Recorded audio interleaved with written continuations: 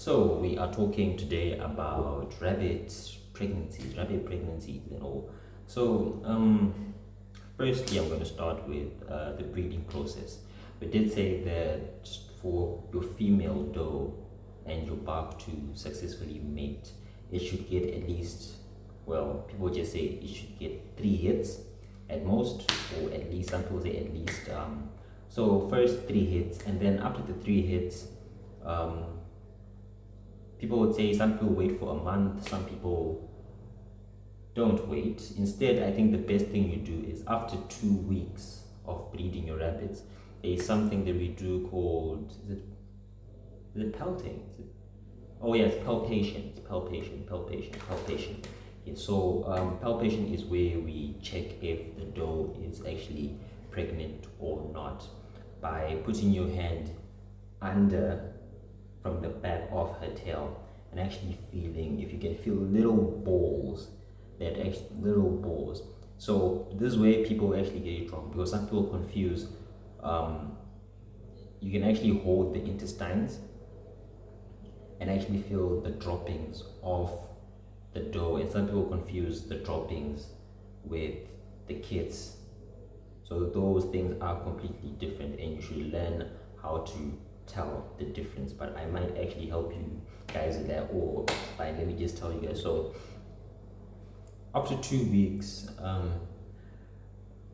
the size of the kids in the mother's stomach and the size of the droppings will be completely different. The droppings will be smaller than the actual kids, but the kids actually feel like little grapes. I would say little grapes, that's how they feel. So yeah, there is a complete difference, and you should know where you're holding. I will put a video, or I will put a clip later on showing you guys how I'm going to do it, and then show you guys the whole thing so you guys know how to get it done. So you do this 2 weeks after you breed your rabbit, and if you then confirm that your rabbit is pregnant for sure, then we move on to the next step, which is waiting for 28 to 33 days. Some people say 27, I say 28. 28 days to 33 days. So it might take your rabbit 28 days to give birth, or it might take it 30 days, it might take it 31 days, it might take it 35 days to give birth, but usually it's between 28 to 33 days for it to give birth. So next is that, right, your nesting boxes and your record keeping.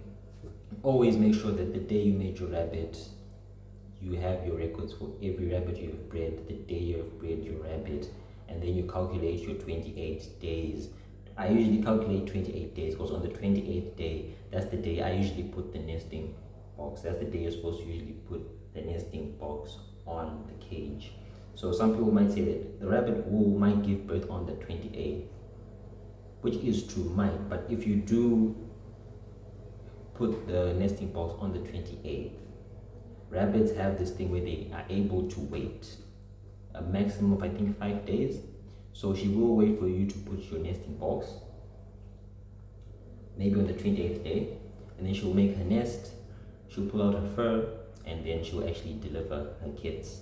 If you do not put the nesting box within the proximity of the 28 to 33 day, that period there, most likely she is going to give birth on the cage and in the cage, and you're going to have a major loss. We have had a couple of those a couple of times, but yeah, sometimes you might have that one rabbit whereby no matter what you do, she doesn't give birth in the nesting box. She just keeps on giving birth in the cage. We have had those as well.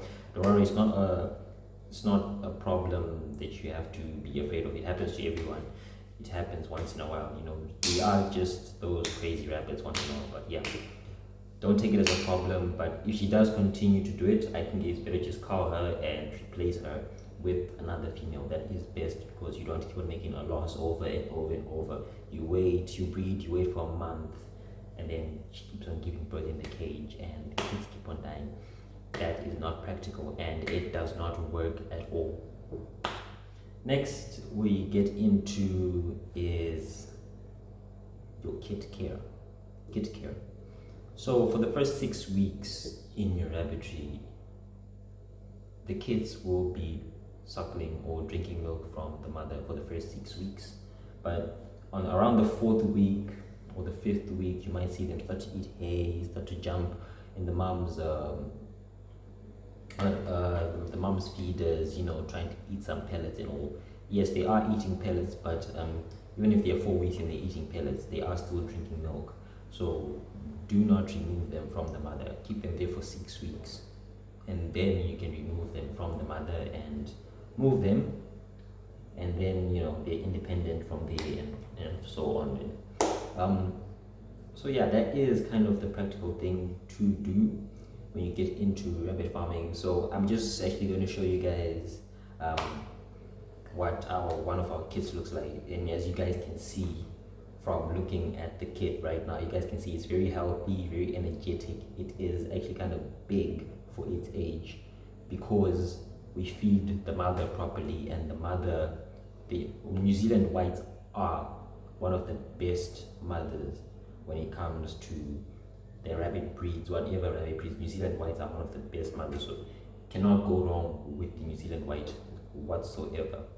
Good for meat, good mothers, take care of their kids. You cannot go wrong.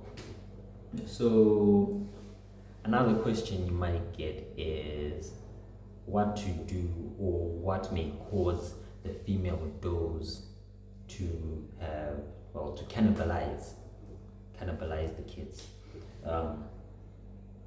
So in short term, we're just going to say like this: if a female doe does feel threatened in any way, or does feel that her kids are not safe in the area that she has delivered them, she will cannibalize her kids, because she feels like it's in her best interest for her to eat her kids and then give birth to another batch later on, and for a predator to come and actually eat her kids, or she feels threatened, she feels that it might happen, she will cannibalize. That's why we say that in the first days when a rabbit has given birth, avoid contact with the kids too much, avoid opening the nesting box too much, avoid too much contact with those kids, because in a way she will feel threatened. So this is information, guys, that I'm giving to you. I hope you guys are listening well.